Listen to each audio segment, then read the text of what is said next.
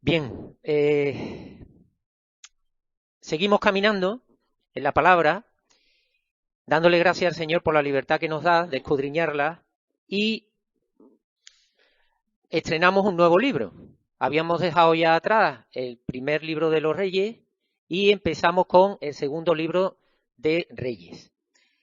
Y en el primer libro decir que de manera muy breve que abarcaba un periodo de 120 años, ¿vale? Desde la muerte del rey David hasta el rey Josafat de Judá y el rey Ocosías de Israel. Un periodo de 120 años. Ahora el segundo libro de los reyes incluye un periodo mucho más amplio, de aproximadamente 300 años, que va desde el 850 antes de Cristo en número redondo a 550 antes del Señor Jesucristo. Y por resumir de manera muy breve todo este periodo, es un periodo de grandes turbulencias, es un periodo complicado, hasta el punto que en el 722 el Estado del Norte, el Estado de Israel, desaparece. Hubo una invasión de Asiria, cautiverio, y ese reino nunca más se volvió a establecer como tal. Y más tarde, en el 586 aproximadamente, está la invasión de Babilonia, destrucción del templo por Nabucodonosor, reconstrucción 50 años más tarde, pero Judá tampoco volverá a constituirse como tal reino. En definitiva, es un periodo complicado. El libro finaliza con la liberación de Joaquín del cautiverio. Y como decía, en el reino del sur de Judá, el último rey fue Sedequías. ¿Vale? Esto así a manera muy a vista de pájaro, como se suele decir, en este segundo libro de Reyes que empezamos hoy.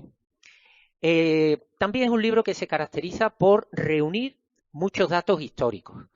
Hay duda de si es Jeremías o si es Esdras el autor de este libro. Como decía, en cualquier caso, se caracteriza porque son muchos los datos históricos y que vienen a resumir un periodo de un caos, situación caótica y sobre todo la necesidad imperiosa de retornar de nuevo a Dios.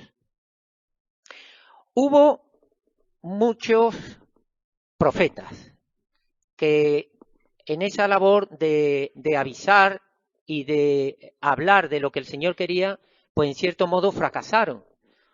Hubo reyes en Estado del Norte y del Sur, que también fracasaron. Ya el Señor lo había previsto. ¿Qué queréis, reyes? Pues ahí tenéis. Y teníamos también, hubo sacerdotes que también fracasaron. Todo era una situación de caos y apuntaba hacia la venida del Señor Jesucristo como única solución. Dos grandes ideas son las que me quería centrar en esta mañana. Por una parte, tenemos una relación muy interesante entre ese gran profeta que fue Elías y Eliseo. Y por otra parte, lo que fue ya el ministerio de Eliseo. En cuanto al primer punto, la relación de Elías-Eliseo, Elías ya apareció en el primer libro de Reyes, igual que Eliseo, aunque muy esporádicamente, y Elías decir que era originario de la región de Galaad, y es uno de los profetas más importantes que tenemos en la palabra. De él se pueden sacar muchísimas enseñanzas. Y a modo de curiosidad, decir que el Antiguo Testamento finaliza haciendo referencia a este profeta. En el libro de Malaquías, en el capítulo 4 y versículo 5, se dice así, palabra del Señor. He aquí, yo os envío al profeta Elías antes que venga el día de Jehová, grande y terrible. Creemos que esto se cumplió con la llegada de Juan el Bautista. Porque en Lucas 1:17 resulta que un ángel del Señor anunció a Zacarías que tendría un hijo que iría delante del Señor con el espíritu y el poder de Elías. También a modo de curiosidad decir que el pueblo judío, los hebreos, el día de la Pascua dejan una silla vacía, porque aún están esperando a Elías. Eliseo, su discípulo, apareció en el capítulo 19 del primer libro de Reyes. Aparece esporádicamente, pero desaparece y vuelve a aparecer ahora en el segundo capítulo de este segundo libro de Reyes. Me ha llamado mucho la atención todo ese momento final antes del arrebato de Elías. ¿Qué ocurrió antes del arrebato en ese periodo en torno a este hecho tan importante? Resulta que Elías y Eliseo venían del Gilgal y en 3 ocasiones Elías le dice a Eliseo: quédate aquí que yo me tengo que ir. Me tengo que ir. En una ocasión se tenía que ir a Betel, en otra ocasión se tenía que ir a Jericó y en una tercera ocasión se tenía que ir al Jordán. Y en los 3 casos la respuesta fue la misma por parte del discípulo de Eliseo: no te dejaré, no te voy a dejar. Quisiera también destacar esa travesía que hacen del Jordán Elías y Eliseo al golpear con su manto las aguas del Jordán. Una vez que atraviesan, Elías le dice a Eliseo: pide lo que quieras, ¿qué necesitas de mí? Y por último, hacer una breve referencia a lo que ocurrió tras el arrebatamiento. Elías y Eliseo habían atravesado el Jordán. Elías fue arrebatado. ¿Y qué hizo Eliseo? Volvió otra vez a atravesar el Jordán, pero esta vez de nuevo hacia la tierra prometida. Bien, cada uno de estos tramos creo que tiene una significación que quería detenerme en ella. Venían del Gilgal. Gilgal era la zona en la que hubo el primer, digamos, el primer asentamiento conjuntamente entre el Señor y su pueblo, una vez establecido en la tierra prometida. Viene a significar la liberación definitiva de esa vergüenza de la esclavitud que tuvo el pueblo con Egipto, la liberación de todo lo pasado y el comienzo, digamos, de una vida nueva para Israel. A nivel personal, para Eliseo pudo suponer el comienzo de su ministerio, en un principio junto a su maestro. 3 veces le dijo Eliseo a Elías: no te dejaré. Elías le había pedido que se quedara porque él tenía que marchar, como decía antes, a Betel, Jericó y por último al Jordán. No te dejaré. ¿Qué acto de fidelidad? Un acto importante de fidelidad. En la palabra nos encontramos muchos de estos momentos de fidelidad. Nos acordamos, yo creo que a todos nos puede venir a la mente, Ruth y Noemí. Es un acto muy llamativo de fidelidad. También Josué y Moisés. ¿Cuántas veces? Hubo momentos difíciles, pero Josué siguió adelante. Fue uno de aquellos pocos, junto con Caleb, que cuando exploraron la tierra prometida, dijeron: adelante, vamos, que esto Dios nos lo entrega, que es para nosotros, cuando los demás no confiaban en ello. Le fue fiel a Moisés. El ejemplo también lo tenemos lo que pasó con los discípulos y el propio Señor Jesucristo, sobre todo cuando recibieron el poder del Espíritu Santo. Y el ejemplo también de fidelidad lo tenemos en el propio Señor Jesucristo. En el capítulo 28 de Mateo, el Señor dijo: y he aquí que yo estoy con vosotros todos los días hasta el final del mundo. ¿Qué ejemplo más significativo también de fidelidad? ¿Cómo le guardó Eliseo a su maestro Elías? Atraviesan juntos el Jordán. ¿Para qué? He estado mirando por diferentes fuentes y yo no he terminado de ver el por qué atravesaron el Jordán. Quizá como Elías era de la tierra de Galaad, pues quería volver a su tierra. Bueno, atravesaron al este del Jordán. Quizás también como símbolo del bautismo, pudiera ser de Eliseo. Bueno, ahí está. Cuando atraviesan, Elías le hace una pregunta a Eliseo: pide lo que quieras que pueda yo hacer por ti. Pide lo que quieras. Eliseo, ¿qué le pide? Doble porción de tu espíritu. Claro, eso no es una competencia de Elías, eso tiene que ser a través del Señor. Y digamos que Elías, sabiendo ya que Eliseo había sido elegido su sucesor, porque eso lo tenemos en el libro anterior y quedó claro, quizá Eliseo no lo sabía, pero se lo pidió. ¿Qué le contestó Elías? Si me ves en el arrebatamiento, pues esto el Señor te lo va a conceder, como así fue. Le pidió doble porción en el sentido de que él era el primogénito de los discípulos que tenía Elías. Y quería destacar esta pregunta, ¿qué puedo hacer por ti? Se le concedió, como luego veremos, ese espíritu de Elías.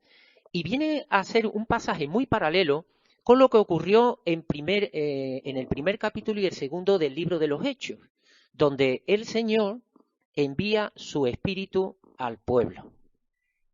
¿Qué puedo hacer por ti? ¿Qué puedo hacer por ti? Qué pregunta más bonita. ¿Qué puedo hacer yo por ti? ¿La utilizamos a menudo? ¿Qué puedo hacer por ti? Y muy curiosa las circunstancias tras el arrebatamiento de Elías, porque Eliseo queda solo, ¿y qué es lo que hace Eliseo? Vuelve otra vez a atravesar el Jordán, vuelve otra vez a la tierra de Canaán, a la tierra prometida. ¿Pero cómo lo hace? Lo hace tomando el manto que se le había caído a Elías cuando fue arrebatado. Volvió a golpear las aguas del Jordán y pudo atravesar. ¿Y para qué? Resulta un poco complicado de entender. ¿Por qué atraviesa una vez el Jordán en un sentido y ahora vuelve en el sentido contrario? Quizás esta segunda ocasión era para demostrar a aquellos 50 que estaban observando todo lo que había ocurrido, para demostrarles que el espíritu de Elías realmente había recaído sobre Eliseo. Recordemos que había unos espectadores que en la palabra nos llaman los hijos de los profetas, vienen a ser una especie de discípulos de profetas, y aquello, digamos, que dejó constancia de lo que Eliseo suponía, que venía a ser el sucesor, el relevo de Elías, en un momento en el que realmente los profetas escaseaban, los profetas fieles al Señor. El manto de Elías, eso fue lo que le permitió, al golpear el agua, pasar otra vez. El manto de Elías fue utilizado el manto de Elías porque ya lo tenía él, realmente era, pasó a ser de Eliseo, pero era de Elías. Elías en un principio, y se nos cuenta en el libro anterior de Reyes, ¿qué hizo con este manto?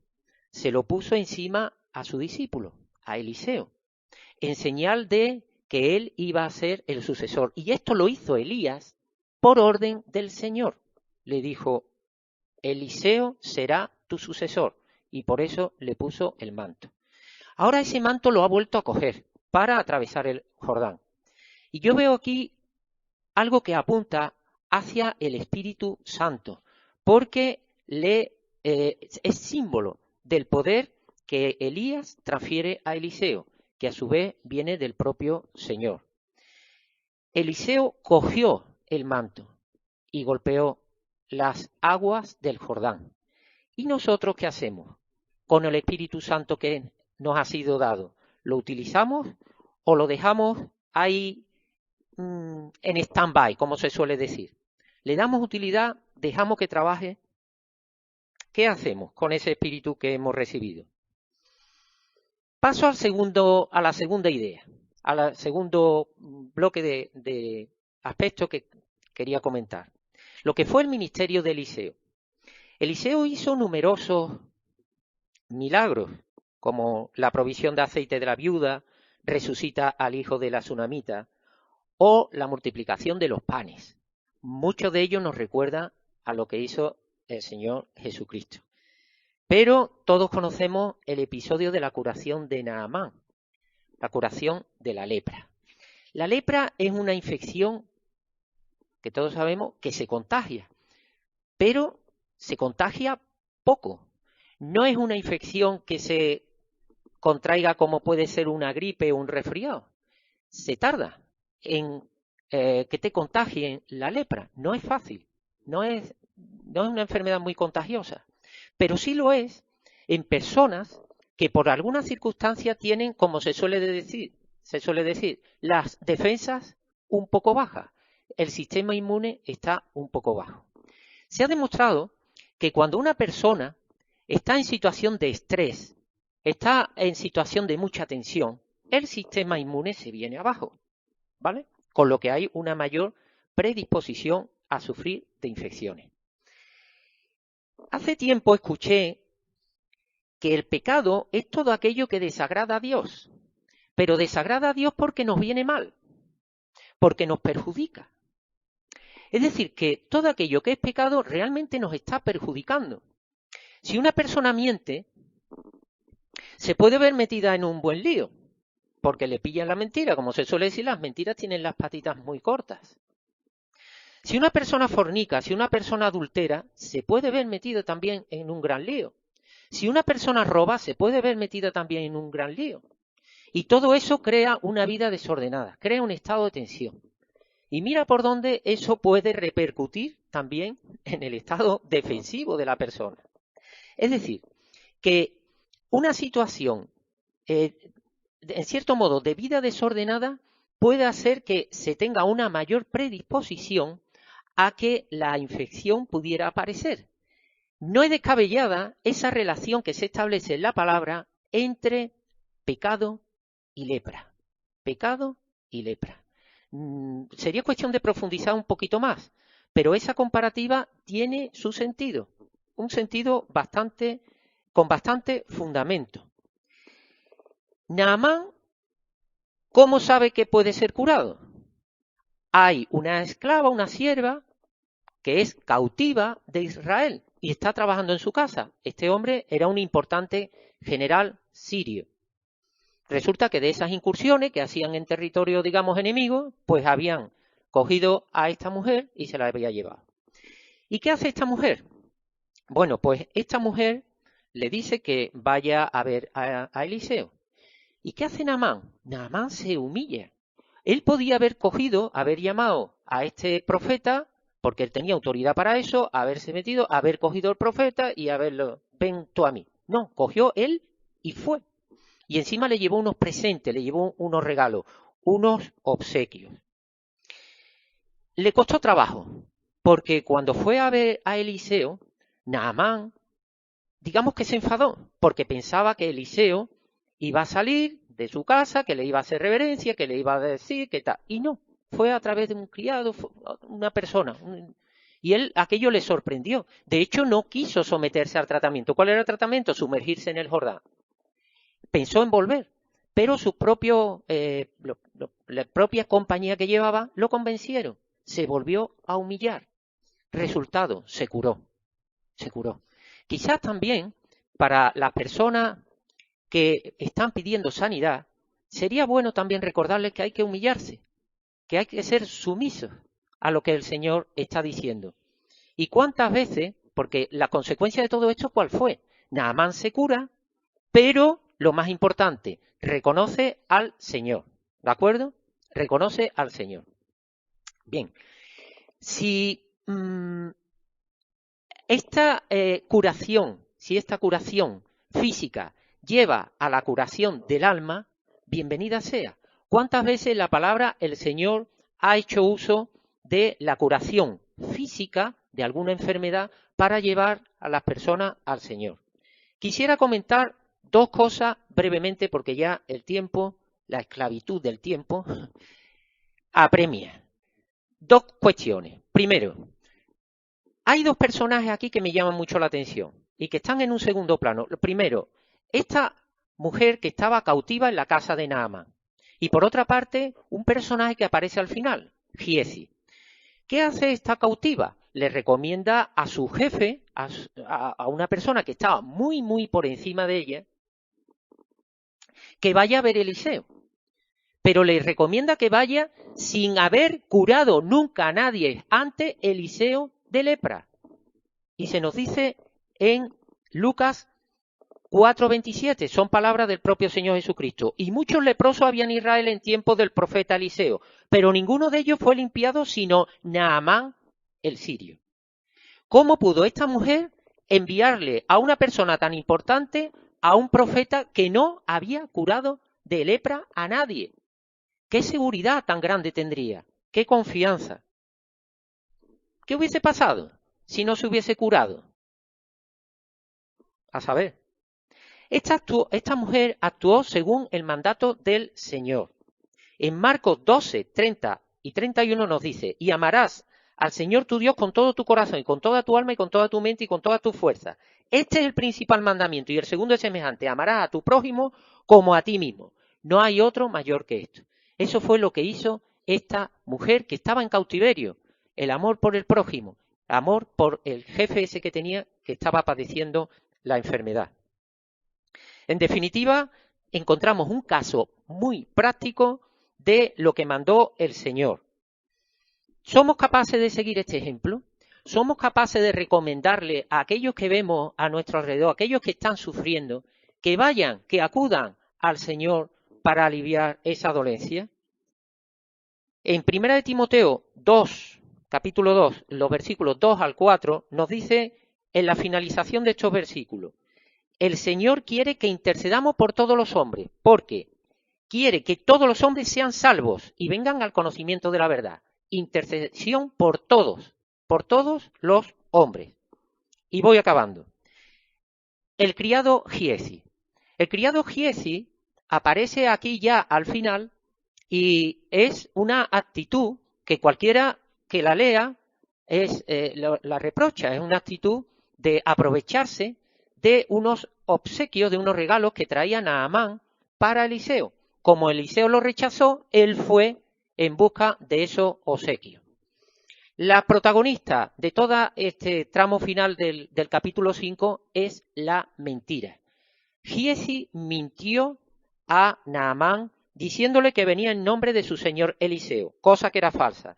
Argumentó que había 2 hijos de profetas que tenían necesidad, cosa falsa. Y cuando Eliseo le preguntó: ¿de dónde vienes, Giezi?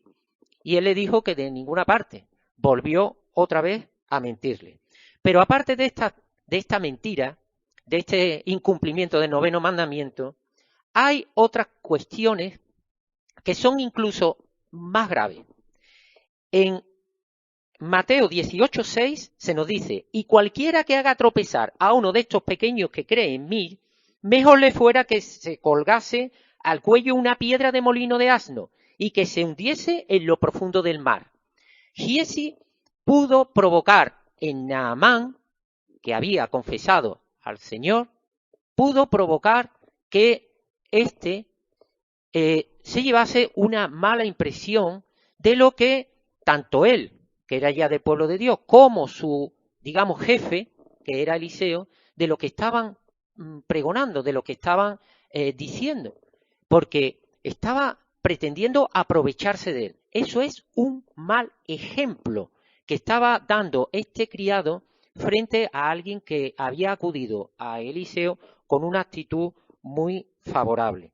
Así que cuidado con este ejemplo que tenemos en el que una persona que era ya del pueblo de Dios, como era este Giezi, por medio de la mentira, por medio de la idolatría, por medio del engaño, por una serie de cosas que al final la podemos ver en este capítulo 5, intentó aprovecharse de algo que no era suyo. Y finalizo recordando 3 ideas sobre todo esto que hemos visto. En primer lugar, Eliseo fue fiel a Elías. Fue fiel a aquel que le estaba enseñando a caminar conforme Dios quería. ¿Cómo es nuestra fidelidad en cuanto a la palabra? La cautiva de Naamán fue valiente y le dijo a su dueño, a su jefe, a quien era una persona tan importante: acude, que él te va a curar.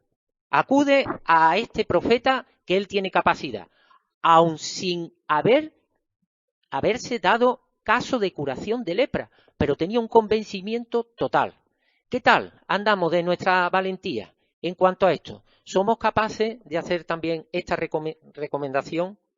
Y cuidado, hermanos y hermanas, de no hacer tropezar a otros hermanos en la fe. Muy, muy, muy especialmente a los más jóvenes, a nuestro prójimo, a nuestros hijos. Qué importante es esto. Y no olvidemos una pregunta, la que le hizo Elías a Eliseo. ¿Qué puedo hacer por ti? Eso es un mandamiento del Señor. Hacer el bien siempre que lo tengamos en nuestra mano. Que el Señor nos ayude.